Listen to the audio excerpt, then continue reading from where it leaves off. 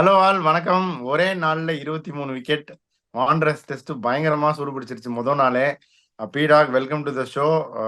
First நாள் இப்படி ஆயிருச்சு. உங்களோட இனிஷியல் தாட்ஸ் என்ன? இனிஷியல் தாட்ஸ் என்னன்னா, எங்க ஆளுங்க டாஸ் இன்னைக்கே வின் ஃபைனல் பண்ணி தாட்ஸா? பேட்டிங் ஆடினாங்க பாருங்க. அதாவது நீங்க ஒரு கேள்வி கேட்டீங்க, ஏன் பீடாக் உங்களோட ஸ்டாட்ஸுக்கு அகைன்ஸ்டா போறீங்க அப்படின்னு ஒரு அட்டகாசமான ஒரு கேள்வி கேட்டீங்க. அதாவது கேப் டவுன்ல ஃபர்ஸ்ட் செஷன்ல நியூ பால் அப்படிங்கிறது உங்களுக்கு நீங்களே உங்க டிஷர்ட்டுக்குள்ள வெடிகுண்டை வைக்கிற மாதிரி கணக்கு. அதுல என்னன்னா ரொம்ப வருத்தப்பட்டார் Rohit Sharma. we would have also batted first அப்படின்னு. நம்ம ஆளுங்க பேட்டிங் ஆடுங்க, இன்னைக்கே கடைசி ரிவ்யூ இருந்திருக்கும், நாளைக்கு உங்களுக்கு டேட்டுவே வந்திருக்காது. அதாவது எப்படி உங்களுக்கு பிக்சர் ரீட் பண்றாங்க அப்படின்னு பாருங்க. இன்னொன்னு பாத்தீங்கன்னா, நம்ம ஆல்ரெடி சொன்னோம், South Africa one of the most difficult places to bat. Rawalpindi மாதிரி, உங்களுக்கு பெங்களூர் மாதிரி எதிர்பார்க்காதீங்க. There will be challenges. இப்போ இன்னைக்கு எல்லா வியூவர்ஸும் மேட்ச் பார்த்திருக்காங்க. பிளம் எல்பிடபிள்யூ இங்க கத்திருப்பாங்க எல்லாரும். ரோஹித் சர்மா 2 தடவை plumb LBW, Tristan Stubbs, plumb LBW. So உங்களுக்கு என்ன ஆகும், அந்த ட்ரை கிராஸ் ஃபர்ஸ்ட் டே இருக்கிறதுனால நீங்க என்ன லென்த் போட்டாலும் அட்லீஸ்ட் 2 மீட்டர் லென்த் இல்லாத அபவ் த ஸ்டெம்ஸ் தான் காமிக்கும் TRS. That is a classic example when Ashwin's LBW was turned over against Dean Elgar. அப்படிங்கும்போது எல்பிடபிள்யூ இங்க வாய்ப்பே கிடையாதுங்கும் போது நீங்க என்ன பண்ணணும், அவுட் சைட் ஆஃப் தி ட்ரிகரே நீங்க என்ன பண்ணணும், மிடில் ஸ்டெம்ப்ல பண்ணிட்டு outside of stump leg ஸ்டெம்ப காமிச்சிடணும் பவுலர்ஸுக்கு. ஸோ அப்ப அவங்க என்ன பண்ணுவாங்க, லெக் ஸ்டெம்பை நீங்க காமிச்சீங்கன்னா என்ன பண்ணுவாங்க, ஒண்ணு உங்களை ஃபாலோ பண்ணின்னு ஒய்டா போட பார்ப்பாங்க, இல்லைன்னா என்ன பண்ணுவாங்க, எல்பிடபிள்யூ எடுக்கணும்னு ஃபுல்லர் லென்த், ரொம்ப ஃபுல்லர் லென்த் வருவாங்க. ரொம்ப ஃபுல்லர் லென்த் வந்தீங்கன்னா நீங்க பிளிக் அடிச்சுனே இருக்கலாம். கொஞ்சம் ஷார்ட்டா போட்டா இங்க ரன் வந்தது, ஸ்கொயர் லெக்லயும் பாயிண்ட்லயும் தான் ரன்னே வந்தது, பேக் ஃபுட் கட்டும் பிளிக்கும். அப்படிங்கும் போது 2 டீமுமே இதை பண்ணாம ஸ்ரேயஸ் ஐயர் நோண்டி நோண்டி கொடுக்குறாங்க. அதாவது it is not easy to bat, அதுல எந்த சந்தேகமும் கிடையாது. இன்னொன்னு திருப்பியும் நான் சொல்றேன், இந்த பிச்சு கிராக் பயங்கரமா ஓப்பன் அப் ஆகி third day later on fourth day போனா பயங்கரமா டேர்ன் வேற ஆகும். அதெல்லாம் தேவையில்ல. நாளைக்கு முடிச்சு 3 நாள் கேப் டவுன்ல போயிட்டு போல்டர்ஸ் பீச் இருக்கு, கேப் பாயிண்ட் இருக்கு, அதெல்லாம் பாப்போமா உக்காந்துன்னு இவர் சொல்றதை எவனாவது கேப்பானா 3 நாளைக்கு அப்புறம் டேர்ன் ஆகுன்ற மாதிரி. ஸோ அவங்க டாஸை வின் பண்ணி the batted first. Honestly speaking, India bowled வெல்லுன்றது ஒரு பக்கம், நிறைய நோண்டாங்க வெளியில. None of the batsman outside of stump போய் உடணும் உடணும் உடணும் அப்படின்றதுல யாருமே ஆடல. அதுக்கப்புறம் இந்தியா ஆடும்போது 9 ஓவர்ஸ்ல 53 for 1 சார். செகண்ட் செஷன்ல 9 ஓவர்ஸ் 53 for 1. அதுக்கப்புறம் 153 இந்த ஃபர்ஸ்ட் செஷன் பாத்தீங்கன்னா. இன்னொன்னு நம்ம சொன்னோம், இந்த first session 10 out of 10 Cape டவுன்ல நீங்க ஜெயிச்சீங்கன்னா தோக்கத்துக்கான வாய்ப்பே கிடையாது. இந்தியா 10 out of 10 இல்ல, 1000 out of 10 ஆனஸ்ட்லி ஸ்பீக்கிங். நீங்க இந்த 55 all out. So second session பாத்தீங்கன்னா இந்தியா 24 ஓவர்ஸ்ல 111 for 4, 4.62 run rate, 6 out of 10 session, ஒரு 4 விக்கெட் அவங்க எடுத்ததுனால. தேர்ட் செஷன்ல நீங்க 153 for 4 இருக்கீங்க. அங்கிருந்து உங்களுக்கு நன் ஃபார் 6 ஆகி 42 for 6, அவங்க 62 for 3. இந்த கேஎல் ராகுல்லாம் ஒரு ஷாட் ஆடினார் பாருங்க, அதெல்லாம் நீங்க டிஃபைனே பண்ண முடியாது. That is not the KL ராகுல். இப்போ உங்களுக்கு என்ன தெரியுமா ஒரு மெசேஜ் வந்திருக்கும், யோ 55 ரன் தான் அடிச்சிருக்கான், பிச்சு பயங்கரமா இருக்கு, எவ்வளவுக்கு எவ்வளவு ரன் வேகமா பாசிட்டிவா ஆடுறியோ அந்த அளவுக்கு உனக்கு நல்லது. இந்தியே 12 வருஷம் ஆடின Hashim Amla, Jack Kallis, Graeme Smith, இவங்களோட கதை எவ்வளவு டிஃபரெண்ட்னு இப்ப தெரியுதா? அந்த சுச்சுவேஷன்ல என்ன அவங்க லூஸ் பாலா போடுறாங்க, 4.5 an over வந்துனே இருக்கு. எதுக்கே ஷார்ட் ஆடுறீங்க? And you are making it look, see the pitch is not easy to bat. Easy to பேட்னு சொன்னா எனக்கு கிரிக்கெட்டே தெரியாது. But if you want to hang on, you have had answers. India commanding position. இப்பயும் நான் சொல்றேன் உங்களுக்கு, 36 ahead. நாளைக்கு 2 விக்கெட் விழுந்ததுன்னா, இப்ப சவுத் ஆப்பிரிக்கா ஜெயிக்கணும்னா இப்பயும் நான் சொல்றேன், South Africa has to set India target of 170. 170 இல்லைன்னா ஜெயிக்க முடியாது. அப்படிங்கும்போது need to add another 200 runs, which according to me is impossible. அதனால India will close the gate tomorrow. அப்படியே சொல்லிட்டீங்க, தெரியாது அப்படின்லாம் சொல்லல. ஓகே, சரி. அப்படியே இன்னொரு பஞ்சாயத்துக்கு வரேன். இதே மாதிரி முதல் நாளே 23 விக்கெட் ஒரு பூனேலையோ ஒரு வேற எங்கேயோ ஒரு ஹைதராபாத்லயோ இல்ல வேற எங்கேயோ வச்சுக்கோ லக்னோலயோ விழுந்துருந்துச்சு அப்படின்னா அப்ப வந்து பிச்சு அது இதுன்னு சொல்லி ஆரம்பிச்சிருப்பாங்க. இப்ப வந்து ஸ்போர்ட்டிங் விக்கெட் அப்படிங்கிறாங்களே, நமக்கு வந்தா ரத்தம், அவங்களுக்கு வந்தா டொமேட்டோ கெச்சப்பா. கரெக்டா கேட்டீங்க. ஒன்னே ஒண்ணு சொல்றேன், இவங்க என்ன பண்ணிட்டாங்க, திருப்பியும் சொல்றேன், ட்ரை கிராஸ் நான் ட்வீட்டும் போட்டிருந்தேன். இவங்களுக்கு எப்படின்னா என்ன பண்றதுன்னே இவங்களுக்கு தெரியாது. ட்ரை கிராஸ் இந்த கேப் டவுன்ல வந்துட்டு பயங்கர ஹாட்டா இருக்கும் வெதரு. இந்த ட்ரை கிராஸ விட்டுருக்காங்க. நீ ட்ரை கிராஸ வாட்டர் பண்ணீங்கன்னா அதுக்கப்புறம் நீங்க மேட்சுக்கு நாள் வாட்டர் பண்ணுவீங்க. அப்படியே பயங்கரமா அடிக்குது சன்னுங்கும் போது அந்த மாய்ச்சர்லாம் உங்களுக்கு போச்சு, கிராக்ஸ் ஓபன் அப் ஆச்சுன்னா அந்த எங்கெல்லாம் கிராக்ஸ் இருக்கோ அங்க பட்டு பால் கண்ணா பண்ணான்னு வரும். மத்த மாதிரி இடத்துல உங்களுக்கு பிரச்சனையே வராது. அப்படிங்கும் போது 23 விக்கெட் உங்களுக்கு அகமதாபாத்லயோ ஹைதராபாத்லயோ விழுந்தா பெட்ரோல் ஊத்தி கொளுத்திருப்பாங்க அந்த வென்யூவை. நீங்க எதுக்கு வேற எதெல்லாம் பேசுறீங்க? இப்ப இங்க விழுந்த இது ஸ்போர்ட்டிங் விக்கெட் கிடையாது. இவங்க என்ன பண்ணாங்கன்னா அந்த கரெக்டா வந்து வாட்டர் பண்ணி அதை வாட்டர் பண்ணாம விட்டுருக்கணும். அவங்க வாட்டர் பண்ணதுனாலதான் பிரச்சனை வந்தது. It is not a sporting wicket, it is a difficult wicket to bat, but I would always say the application was also lacking from both the sides. Super. Mukesh Kumar, நீங்க வந்து தலதறிக்க அடிச்சிட்டு இருந்தீங்க முதல்ல இருந்தே. எப்படி போட்டாருன்றதை நம்ம பார்த்தோம். ஃபர்ஸ்ட் இன்னிங்ஸ் 2 ஓவர் 1 ரன் கூட அடிக்கல, 2 விக்கெட். டெய்லண்டர்ஸ் தான், பட் ஸ்டில் இந்த இப்பவும் எல்கர் விக்கெட், அவர் கடைசி விக்கெட்டை முகேஷ் குமார் எடுத்துட்டாரு. But bowlers on the show அப்படி பார்க்கும்போது he look like one of the better bowlers. கண்டிப்பா to me he was much better than Shardul Thakur on bowling alone, leave alone Prasidh Krishna.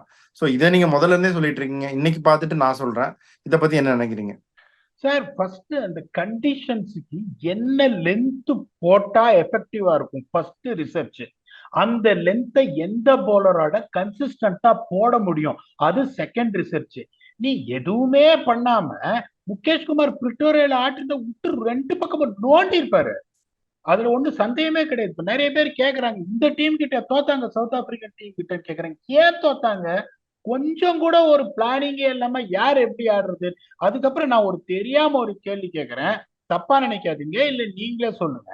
ஒரு டெஸ்ட் மேட்ச் அந்த மாதிரி ஒரு போலர்ஸ் பாரடைஸ்ல விக்கெட் எடுக்காத பிரசீத் கிருஷ்ணாவை நான் பேக் பண்றேன்றாங்க.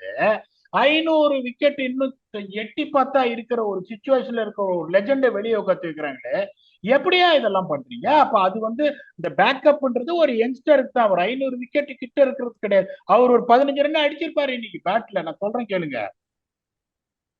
அதுதான். ஸோ யார் சிக்ஸ் வந்து ஒருத்தருக்கு ஒருத்தர் மாதிரியா, I don't know. It's all not in our hands, but then what we have observe we are discussing. So அது நம்ம என்ன பண்றது பீடா. So going forward, Dean Elgar, அவர் வந்து he had such a great influence இந்த South African white ball cricket, red ball cricket. So அவருடைய last innings முடிஞ்சது, விராட் கோலி எல்லாம் கட்டி பிடிச்சி ஒரு பியூட்டிஃபுல் சென்ட் ஆஃப் கொடுத்தாரு. ரொம்ப நல்ல ஒரு கரியர். அதை பத்தி நீங்க என்ன நினைக்கிறீங்க? ரொம்ப ஒண்டர்ஃபுல் டீம் மேனே. இப்போ ஃபைட் அப்படின்னா will be the first person to stand up and say I will fight. அந்த மாதிரியான ஒரு ஆளு. படப்படன்னு எல்லா பக்கம் அந்த மாதிரி நான் கோடி இன்னிங்ஸ் பார்த்திருக்கேன். இங்கிலாந்துல ஒரு இன்னிங்ஸ் ஆடி இருக்காரு, நியூசிலாந்துல ஒரு இன்னிங்ஸ் அடிக்காரு, விசாகப்பட்டத்துல வந்து ஒரு 160 அடிச்சாரு. இந்த மாதிரி ஒரு ப்ராப்ளம் வருது, நான் will put his hand up to say I will take it on அப்படின்னு. அந்த மாதிரியான ஒரு கேரக்டர், ஒரு கிராம் ஸ்மித் மாதிரியான ஒரு மென்டலி ஸ்ட்ராங் கேரக்டரு. நிறைய நல்ல பிளேயர்ஸ் வரலாம், பட் இந்த மாதிரி ஒரு மென்டலி ஸ்ட்ராங் கேரக்டர் வருமா? கஷ்டம். குட். ஸோ இப்போ மேட்ச் வந்து உங்களை பொறுத்த வரைக்கும் இந்தியா வின் பண்ணிடுவாங்க அப்படின்னு நீங்க சொல்றீங்க. அந்த பாத் டு தட் சக்சஸ் அது எப்படி இருக்கும்? What to you think will be the road map tomorrow for both the teams? இவங்க என்ன பண்றாங்கன்னா, இன்னொன்னு இன்னைக்கும் பாக்குறேன், ரன் அடிக்கிறதே கஷ்டமா இருக்கு, டீப் பாயிண்ட் பின்னாடி வைக்கிறாங்க. பேக் ஃபுட் போயிட்டு அப்படியே பஞ்ச் பண்ணிட்டு ஒரு சிங். இப்ப இந்த மாதிரி ஒரு சுச்சுவேஷன் என்னன்னா 36 ரன்னுங்கிறது மிகப்பெரிய டிஸ்டன்ஸ். இன்னிங்ஸ் டிஃபிட்டா ஆறதுக்கும் சான்ஸ் இருக்கு. அப்படிங்கும் போது இவங்க என்ன பண்றாங்க, பயந்துன்னு அவன் ஒருவேளை 120 டார்கெட் கொடுத்தா நமக்கு பிரச்சனை ஆயிடுமா அப்படின்னு சொல்லிட்டு இப்ப டீப் பாயிண்ட பின்னாடி வைக்கிறாங்க. அவங்க என்ன பண்றாங்க, அப்படி நல்லா ஓடுவாங்க. சவுத் ஆப்பிரிக்கா ரொம்ப நல்லா ஓடுவாங்க, டக்குன்னு நிறுத்திட்டு ஓடிடுறாங்க. அப்படிங்கும் போது ஒரு சில சமயம் இந்த கிராக்ல படும்போது பால் அன்னிவன இங்கேயும் எங்கேயும் அலையுது, போலரை கண்ட்ரோல் பண்ண முடியாது. அப்ப it becomes easier for them to steel that singles. இது என்ன வேணா இருக்கட்டும், ஒரு 65 ரன் பார்ட்னர்ஷிப் வந்து அங்க பிளட் பிரஷர் ஏற ஆரம்பிச்சிடும் இந்தியாவுக்கு. நான் திருப்பியும் சொல்றேன், அதாவது 170 வேணும் சவுத் ஆப்பிரிக்கா ஜெயிக்கிறதுக்கு, ஆர் அட்லீஸ்ட் 150. அது கீழே ஒரு சல்லி ரன்னுனா கூட யாராவது ஒருத்தர் வந்து கேஎல் ராகுல் won't to the mistake what it in the first time. இன்னொரு கேள்வி நான் கேட்கிறேன். முதல்ல நான் ஒரு ட்வீட் போட்டேன், புவனேஸ்வர் குமார் தான் ரீப்ளேஸ்மெண்டா இருக்கணும் ஷமிக்கு. இப்ப கரெக்ட். புவனேஸ்வர் குமார், முகேஷ் குமார், முகமது சிராஜ், ஜஸ்பிரீத் பும்ரா 4 பேர் இங்க ஆடி இருந்தா 17 ரன்னுக்கு ஆல் அவுட் ஆயிருப்பாங்க அவங்க. சோ இந்த சிம்பு சொல்ற மாதிரி அப்ப எனக்கு புரியல, இப்ப எனக்கு புரியுதுன்னு தான் நினைக்க தோணுது. சொல்லுங்க. இப்போ உங்களுக்கு தெரியுதா ஏன் வந்து இந்தியா வந்து இந்த சவுத் ஆப்பிரிக்கா பேரியரை ஏன் கிராஸ் பண்ணாம இருக்காங்கன்னு?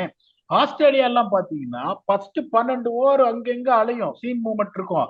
அதுக்கப்புறம் பயங்கர ஈஸியா ஆடும். பால் ஓல்ட் ஆயிடுச்சுன்னா அந்த ஒண்ணுமே பண்ண முடியாது. இப்ப இந்தியா, இந்த ஏசியன் கண்ட்ரிஸ் எல்லாம் பாத்தீங்கன்னா வெறும் திருப்புலி, எல்லா இடத்துலயும் ஒரே மாதிரி இருக்கும். நான் சொன்ன போது நிறைய பேர் யோசிச்சாங்க, கேப்டவுன் வேற மாதிரி இருக்கும், விக்டோரியா வேற மாதிரி இருக்கும், டர்பன் வேற மாதிரி இருக்கும். அதனால அந்த கண்டிஷன்ஸ் ரீட் பண்ற ஒரு சாணக்கியம் அந்த ட்ரெஸ்ஸிங் ரூம்ல இல்லைன்னா ஒவ்வொரு வருஷமும் நீங்க போயிட்டு தோத்துட்டு தான் வருவீங்க. ஏன்னா ஒன் டேலயோ T20 இந்த மாதிரி விக்கெட்ஸ் கொடுக்க மாட்டாங்க, பிகாஸ் ஃபார் த என்டர்டைன்மெண்ட்.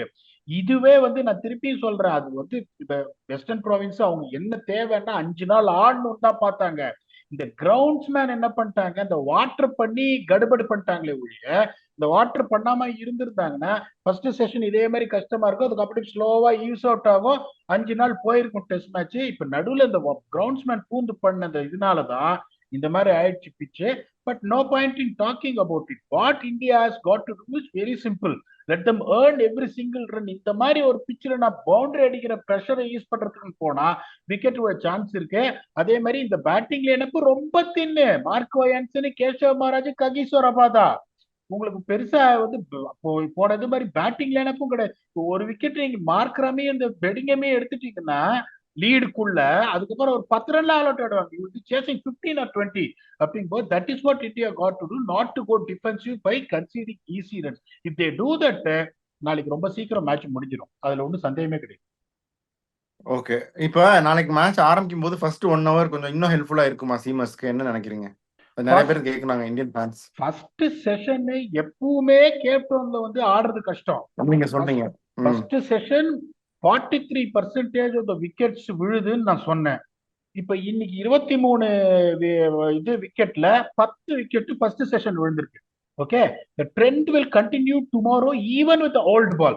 அதுதான் ஃபர்ஸ்ட் செஷனோட இதுங்கும் போது it won't be easy to bat because it's only 17 overs old ball. 30 over old ball இருந்தா அது கதை வேற மாதிரி இருக்கும்போது survival is not going to be easy. நிறைய இந்தியன் ஃபேன்ஸ் பயப்படுவாங்க, ஐயோ என்னடா அது 36 ரன் தான் இருக்குன்னு, இந்தியா இங்கேருந்து தோக்கத்துக்கு வாய்ப்பே கிடையாது. அப்படி அவன் 50-60 ரன் டார்கெட் கொடுத்து அதுக்குள்ள ஆல் அவுட் ஆனாங்கன்னா நான் பொறுப்பேற்றுக்க முடியாதுப்பா. என்ன பொறுத்த வரைக்கும் என்னோட இதுபடி இந்த ஃபர்ஸ்ட் செஷன்லேயே game over. But India made the match little bit interesting for the viewers. But India will win, India will square the series. Okay. ஒரே ஒரு point South Africa point of வியூல இருந்து சொல்லிருங்க, அவங்க ஜெயிக்கிறதுக்கு இப்ப என்ன பண்ணணும்? they have to find a way to get 150 to 170. அவங்க என்ன பண்ணணும், டிஃபென்ஸ் ஆடணும். அவங்க என்ன பண்ண, அவுட் சைட் ஆஃப் ஸ்டம்பை கவர் பண்ணிட்டு எல்பிடபிள்யூ ஆனா பரவாயில்லன்னு சொல்லிட்டு they have to force India to bowl straight lanes and try and target square leg and they go slightly wider, punch it on the back foot to get a single. ஒரு 40 run partnership லீடை வந்து wipe out பண்ணும் with both Bedingham and Markram in the crease. அப்ப வந்து pressure ஏறும் உங்களுக்கு. அவங்களுக்கு எல்லாம் வந்து சீக்கிரம் அவுட் ஆயிடுவாங்களே ஒழிய, but Rabada can throw his bat around, Maharaj can throw his bat around, Marco Jansen is not a mug with bat அப்படிங்கும் போது அவங்களுக்கு இந்த இப்போ உங்களுக்கு 98 for 3 அப்படின்னு வந்துருச்சுன்னா it is going to be slightly tricky thing which is going to put pressure on India. That is what South Africa has to do for the first 40 minutes. If they do that, they might have a chance. Still, according to me, if you say நீங்க சொன்ன prediction, India will win, so India will win. நீங்களும் தான் அதே தான் சொன்னீங்க. So நாளைக்கு வந்து இந்த மேட்ச் முடிஞ்சிடும் அப்படின்னு நான் நினைக்கிறேன். ஃபைனல் தாட்ஸ் உங்களோடது. நாளைக்கு வந்து இந்தியாவோட வெற்றி செய்தியோட நம்ம மீட் பண்ணுவோமா இல்லையான்னு நம்ம வியூவர்ஸ்க்கு சொல்லிருங்க பீடா. இல்ல கண்டிப்பா நாளைக்கு இந்தியா ஜெயிச்சிருவாங்க, அதுல எந்த சந்தேகமும் கிடையாது. இங்க இருந்தெல்லாம் இந்தியா பாட்டில் பண்ண மாட்டாங்க.